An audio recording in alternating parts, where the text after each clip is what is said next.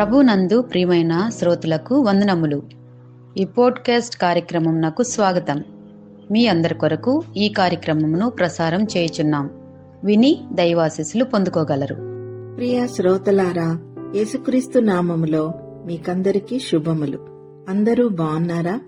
ఈ దినం మనం ధ్యానించాల్సిన అంశం ఆత్మఫలాల్లో 6వది మంచితనం. గలతీ 6వ అధ్యాయం 9లో మనము మేలు చేయుటయందు విసుకక ఎందుము, అలయక మేలు చేసితమని తగిన కాలమందు పంట కోతుము. క్రైస్తవ జీవితం ఒక దీర్ఘకాలిక పరుగు లాంటిది.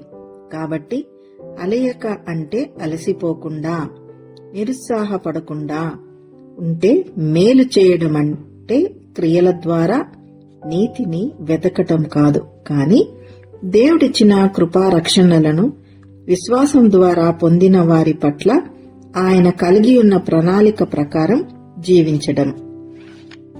మన జీవితంలో ఎన్నోసార్లు మనం మంచిగా ప్రవర్తించినప్పుడు దానికి వెంటనే ఫలితం లభించదు. దాంతో మనసులో నిరుత్సాహం, అలసట, అసహనం వస్తాయి. కాని ఈ వచనంలో పౌలు మనకు స్పష్టంగా చెప్తున్నాడు, మంచి చేయడంలో అలసిపోకండి. ఎందుకంటే దేవుడు మన శ్రమను చూసి తగిన సమయాన ఫలితాన్ని ఇస్తాడు. మంచి చేయటంలో అలసిపోకండి.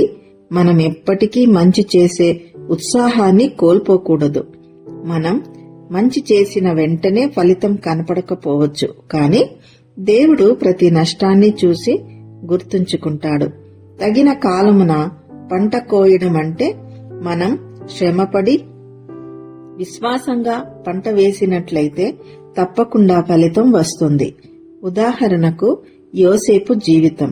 అతని సోదరులు అతనికి కీడు చేసినప్పటికీ దేవుడు దానిని మేలుగా మార్చి యోసేపు జీవితంలో ఎన్నో అద్భుత కార్యాలు చేసి ఆయన్ని హెచ్చించాడు. లూకా 10:30లో మంచి సమరయుడు కథ ఒక ఉదాహరణ ఉంటుంది. దొంగల దాడికి గురి అయిన వ్యక్తి పట్ల దయగల కార్యాలను చేసి సమరయుడు అతనికి మంచి పొరుగువానిగా నిరూపించుకొన్నాడు. యాజకుడు, లేవీయుడు ఇద్దరూ ఆ క్షతగాత్రుణ్ణి చూసి తప్పించుకొని పోయారు. కాని ఈ సమరయుడు అతన్ని చూసి దయతో వ్యవహరించాడు. ఇదే మంచితనం అంటే. అతడు ఎక్కడివాడో తెలీదు, ఏ దేశస్థుడో తెలీదు, ఏ మతస్థుడో తెలీదు, పేదవాడా ధనవంతుడా అని కూడా విచారించలేదు. ఆయనను హాస్పిటల్కు తీసుకుని వెళ్లి వైద్యుని దగ్గర చికిత్స చేయించి కొంత డబ్బు కూడా ఇచ్చి ఆయన పూర్తిగా కోలుకున్నంత వరకు ఆ బాధ్యత అంతా ఆ సమరయుడే నిర్వర్తించాడు. ప్రియులారా, మీకు తెలుసా, అప్పటి నుంచే ఈ మంచి సమరయుని సిద్ధాంతం ఈ వైద్య రంగంలోకి వచ్చింది.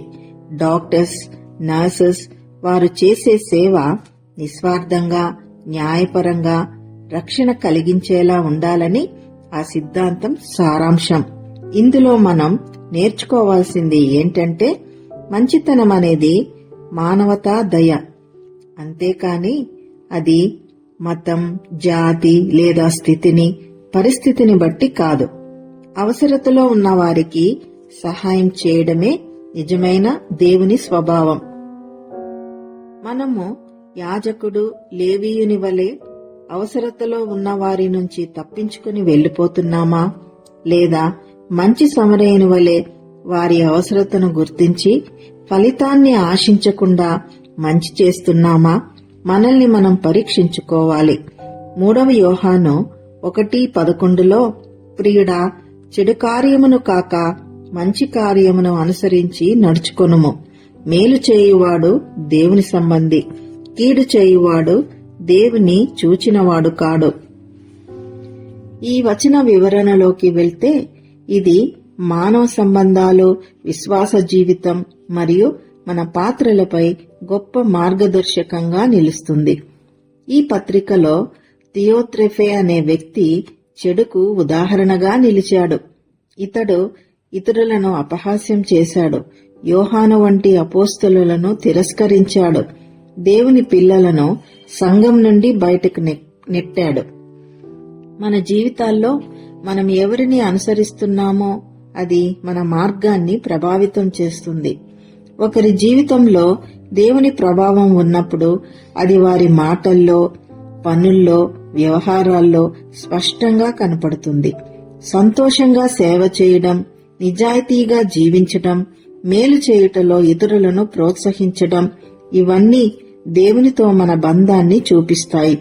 కీడు చేసేవాడు సాతాను సంబంధి. వారు దేవుని ఎరుగనివారు. దేవుని ఆజ్ఞలతో సంబంధం లేక, అనుసరించక జీవించేవారు. దేవుని ప్రేమను అనుభవించినటువంటి వారు. రోమా 12:21 కీడు వలన జయింపబడక మేలు చేత కీడును జయించుము.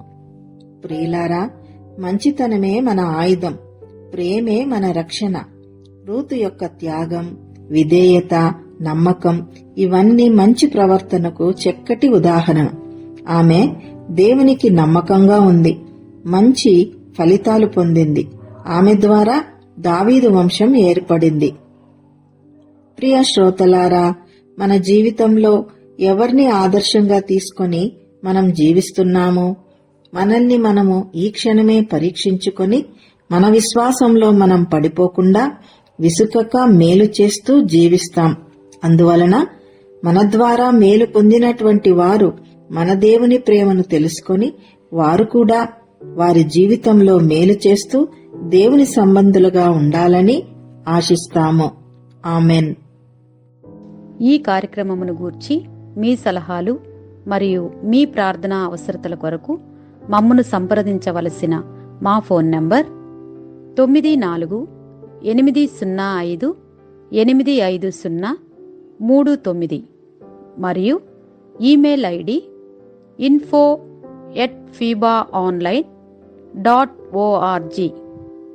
మా ఫోన్ నంబర్ మరొకసారి 9480585039.